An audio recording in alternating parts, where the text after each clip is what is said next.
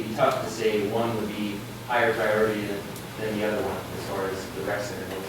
As far as community involvement with the athletic facilities such as a gym, I know there's other schools that welcome community members in, and I'm sure that's something that we can look into to give more access to the community to a gym space. But the biggest thing that you run into is liability and security, and if those things can be addressed, I'm sure the school board and the school would be more than willing to open up those facilities to the public. But as far as a rec center off-site, you run into logistical problems just as far as utilizing the space, especially for buy-in. That's something we probably don't want to do is bus kids off campus for buy-in or something. So I'll answer your question. But for argument purposes, if we had a rec center on the baseball field where they could walk across the parking lot, it could work, potentially. I mean, it has another count. I'm not gonna say it could work potentially, I don't know. I mean, because so if we put it on the baseball field, now that's school's property, so then the school would get more priority over that for scheduling. They do. But then the community paid for it, so you're just, it opens up a lot of argument on both sides. I mean, I get your point, but scheduling conflicts would be very, very difficult. Right.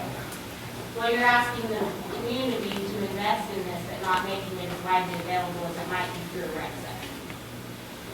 center. This isn't. Currently, you're saying. Yeah, I mean, you know, because a bond means that the land homeowners will be paying the debt, not the district, and not having access to it even in off hours. Whereas a rec center. Well, right, yeah, I see what you're saying, yeah. Whereas a rec center would. And then I do have a couple other things. Because a bond isn't the district debt, you know, because landowners and homeowners will be paying this back, would the district be at all motivated if they had a surplus to pay the bond down, or even could they? Yeah, we've done that in the past. I mean, we want to save as much tax money as possible. So yeah, we've done that in the past. And if it's possible, we can do that at the time too. Yeah. But I mean, what responsibility? I guess maybe I'm misunderstanding the bond. Because the way I understand the bond is levied against the land and homeowner. So you wouldn't be saving money as a district to pay it down. You would be saving money for the landowners, but you wouldn't save the district money. Or unless I'm wrong. So you wouldn't necessarily be motivated to do that. Well, we could be because we're all landowners in the district, and we're just as motivated as you are to save taxpayer money. Do we know, I mean, in terms of enrollment, who is a homeowner? I mean, what percentage of enrollment is a homeowner? I don't think we have anything like The that. other thing too to address too is with doing a rec sector, we would still have to, as a school, to do a portion of that, we would still have to go out after a bond, because a sales tax would never pay for a facility that you're talking about. Just a sales tax would not. They do. But still. They've done it, and Douglas Wyoming, I looked it up. They do. Well, if you implement a large enough sales tax, yeah, you're probably right. But I mean, it would have to be a substantial sales tax. It's been done. A substantial amount of money to do it. Okay, hold on. We have a question back over here. You know, the home surrounding kitchens are always the most expensive. What portion of the kitchen? That was a ballpark number in that would cost. And I was curious because I noticed this school doesn't allow off-campus lunch. And, you know, I know it would open up a lot of scheduling in the kitchen. And that was a part that we should postpone. But I was wondering, why doesn't the school allow off-campus lunch? Where community kids? Seniors have that privilege for off-campus lunch. Oh, seniors? Seniors do, yeah. Oh, seniors. But the others is, I think, safety varsity this week, and have them clear and focused and ready to go. They have 25 minutes, it's kind of hard to get out to your vehicle and uptown and back and into your seat again in 25 minutes. So we've got all the kids all over town, I think it works best. For us to have just the seniors have that privilege. It's another way for us to help control our lunch program, because if you have no idea how many people are going to stay for lunch, you don't know how much to make. At least this way you have somewhat of a control over that, so that you know that the seniors are not wasting food, you're you're not coming up short and turning kids away that don't get to eat. Otherwise, they don't need to eat it. True. The new construction will take in about 3,370 square feet for the kitchen, approximately $1,011,000 was going to cost. Put that part on. It's just, having kids stay is one way to have some control over that or what the expenses will be. I think it used to be that we had off-campus lunches, and I think the history was there was a lot of tardies, there was a lot of less than favorable activities going on when they were leaving the facilities, drinking, smoking. I was the last class to have open lunch. And actually, business owners were calling to have students not come to their place of business. Is what I think the initial motivation was. Way to go.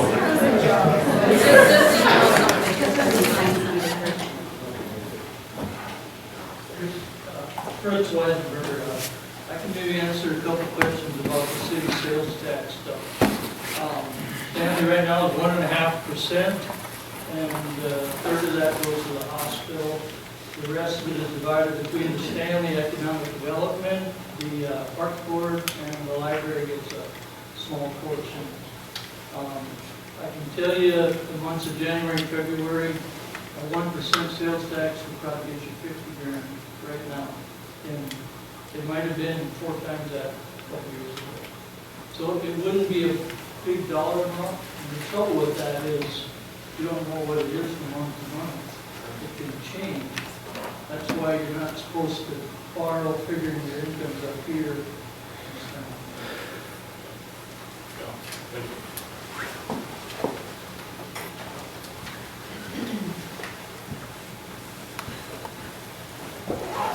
My name is Kay Norlock, and I was one that suggested donkey basketball just because I think fundraising should probably be taken into consideration in this project.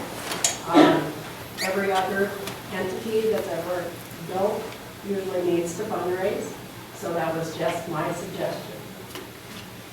Yeah, I mean, we're not against doing fundraisers and whatnot. Part of that problem is, like our kids are already doing a lot of fundraising. I know the band has been fundraising the heck out of everybody this year, so, I mean, how much can you ask for people for fundraising too? But, yeah, I mean, it's an avenue we can definitely look at, but the Well, other look thing at is. the hospital, look at the bricks on the wall, look what people gave. Yeah, and that's one thing we've talked about too. I mean, we're not against taking donations, but it's not something you can bank on because you don't know how many donations are going to come in. Now, obviously, if the donations come in or the fundraising goes on, and that brings the cost down a little bit, or that will be reflected in the taxes. It won't, the mills that we levy, obviously, we don't have to levy as many.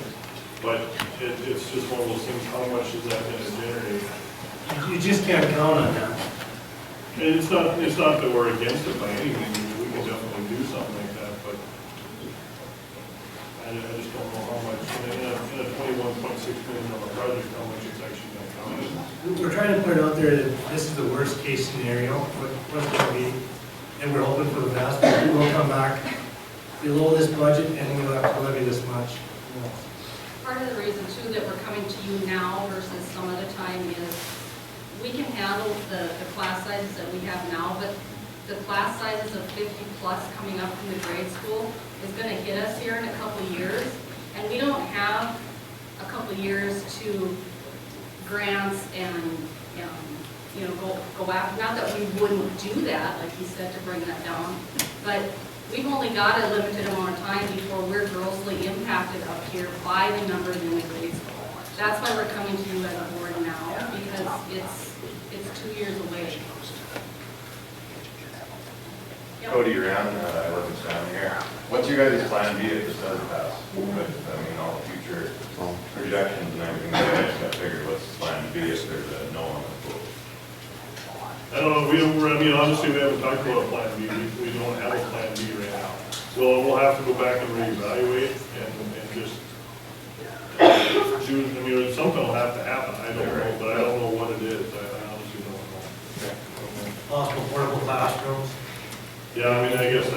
talked about it, we'd have to go to portables or something. Is there any way you can, Kelly Jones, is there any way you can start any of the projects, maybe space them out over a different period of time, address the ones that are the most needed, if it doesn't pass, and maybe start some of those projects without the money? The largest problem we have with that is it's so all connected. You know, like the choir moves into the cafeteria and the cafeteria moves up here. You know, the band room moves over there, part of the new addition, and then, you know, Boag moves into the band room. So there's so many things that are connected. I don't know, you know, and then which I don't know. I mean, I don't know how you, there's so many things that have to happen based on this thing moving over here and whatnot. So, you know, it's I something. think it's something we would look at. Yeah, we'd have to look at But, it. I mean, it's obviously a need that has to be addressed, so. The other thing too that has come up is then you're throwing $2-3 million out, and 2 years down the road, we're gonna be coming back to the public saying this didn't meet our things, now we need to levy again. Didn't you kind of already do that though with that end? No, because that was paid with money that we already had. We didn't go to the taxpayers on that at all. But this original project was addressed at that time when that end was built on, That right? was phase 2 over there, or But I thought they wanted to do this project first, and then that ended up being what ended up happening. No, that one was phases, and that one was phases, and I don't know if that was phase 1 or 2, because didn't that get built at the same time as elementary school, right? So I don't know which phase that was, but they had, and the high school edition, this western edition was phase 3. And then at that time, we just couldn't meet the needs there. And actually, when we look back at it, if we had done phase 3 of that project, it wouldn't have met our current needs now. It would have been too small of a project. And that's, you know, the other thing, like, so if you build on to the west, and then, you know, because part of this project addresses the locker rooms that haven't been updated since, I don't know, probably since it was built. But then, so do you address the locker rooms, and then in a few years, you rip that up again and build on? I mean, it's just, you know, I don't know, we'd have to reevaluate, but everything gets tied together so much that a lot of times it seems that you'd be tearing something up that you just had done a year or two ago to add on to that more. I think one of the things too to know is, yes, there was a plan at that time to do that phase 3, kind of what it is. It's not necessarily meeting everything that we have in there now, but there was not enough money at that point in time when we took over as a board to cover that project. So when we looked in June, we would have had to come to you as voters saying, we need you to help cover $5 million or whatever the number was. I think that's one. But there wasn't time at that point to come to the voters because we had to make a decision whether that $10 million that was earmarked for that was going to be utilized or not. So that's where the decision from this board came in, that we still had needs at the grade school. We had the money without having to go to the voters and raising taxes at that point in time. But had we decided to continue on with the project that was there, we would have lost the 10 million and we'd have had to come to you for 15 versus 5. That's why we decided that, you know, at that time down at the grade school, the classes were 20, 25 apiece because there's only 2 sections. Now we've got 3, you know, so yes, there was plans, but that's why it went the way it did.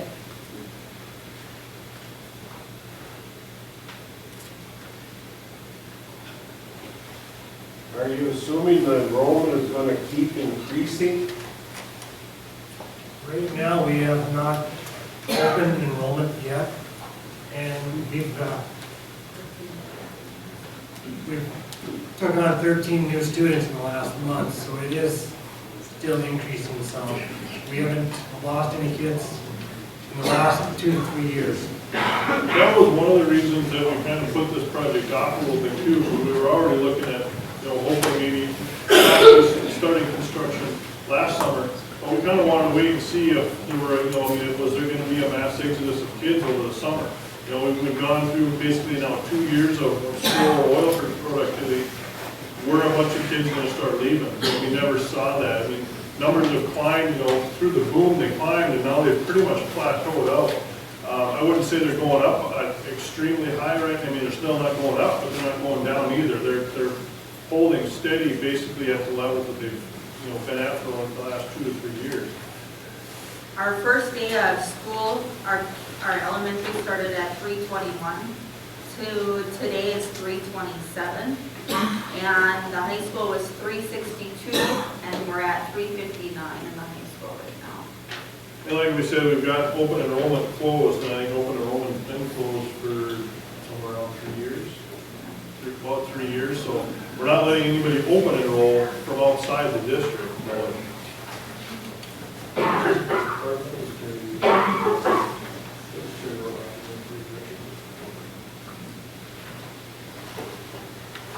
Right behind, yeah, the black. Yeah, no, you. I'm Jeff, Valley Drive. So with this expansion, that would be able to allow open enrollment, allow more kids in the community, the district, and everything to come here and further their education with our school. Is that something that'd be possible?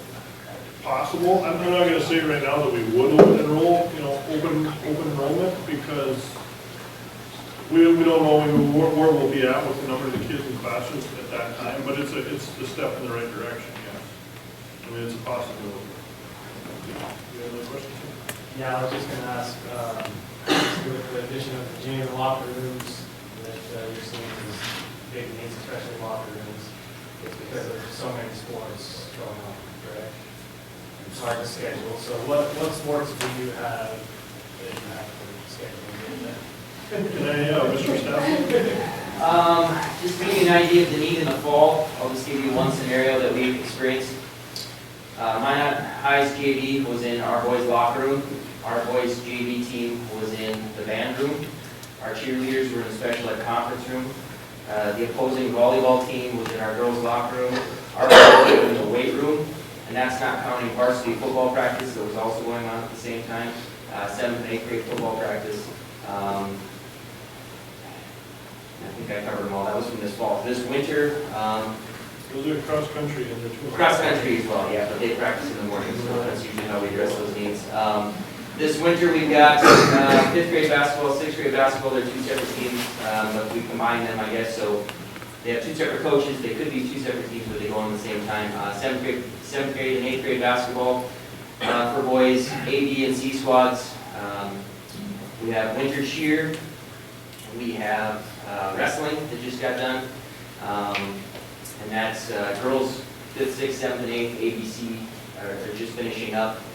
This spring we've got softball, baseball, girls track, boys golf, girls golf, all going on at the same time, and there's only 2 locker rooms for those spaces. So on any given night, like for example in the winter time, if we've got a game going on, our girls usually don't get locker rooms just because we have wrestling practice going on, and since they have a higher risk for contagious diseases, basically, from wrestling, they get first priority to the locker room. So our girls, I would say 90% of the time, their locker room is our weight room in the center of the school. Officials, actually, they dress in an office that's kind of like a closet. It used to be a closet, but now it's an office space. So as far as his need goes, 2 locker rooms are not adequate. We need to expand to at least 4, which I believe this new project addresses that.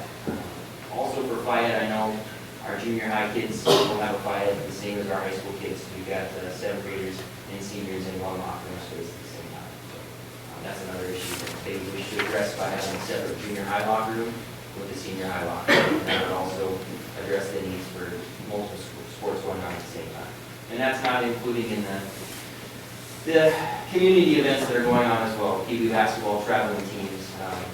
If you come to the meeting on the 22nd, or if you go online, actually Stanley's website, you can see the activities from January, and that gives you a good idea on the calendar of how many things we schedule for particular night. Our 6th grade boys basketball team usually practices from 6:30 to 8:30 p.m. at night. So, just because of the amount of space that we have to use.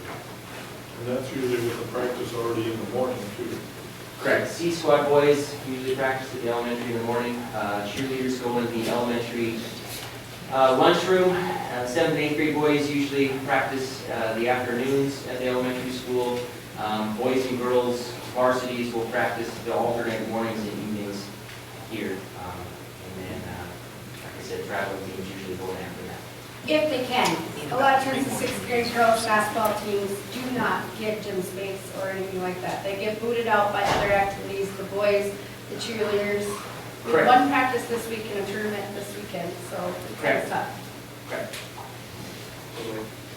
So, I mean, and I would invite you to the, our normal information meetings for this project, and anybody else that can make it, because we've got there's a slide presentation, we kind of go over a lot of the needs that are needed in this project, that are addressed in this project, and it's a lot of stuff that Mr. Stafford was talking about. So, I mean, if you've got a chance to come to one of those meetings, like I said, this was just a question and answer period, what we had designed it for, and we appreciate all the questions. But in those meetings too, we'll actually go through and address each area that's getting addressed in this project, and we'll do tours too, so we'll take you through the building and go on a tour and see some of the facilities that are needed. Yes, sir. I obviously know there's probably different needs. My high school in Idaho did the same thing. They asked for a bond, we just disapproved, and we need more locker rooms, brought more locker rooms, and we more classrooms. Anyway, it was sufficient to get us by, but I was thinking, we didn't have all the extra, we had like the basic sports. We didn't have fifth and sixth. I'm just wondering how, obviously we all love sports, but our lives are already busy enough. Is it really necessary to have fifth and sixth grade sports as well? I don't know, I mean, ask the fifth and sixth graders to play those sports. You tell them no, I don't want to. There's a lot of schools out there in the nation. If I could add to that, students who are plugged in to athletics do better in school. We had a PE during the school hours. We had exercise. They're plugged in with another adult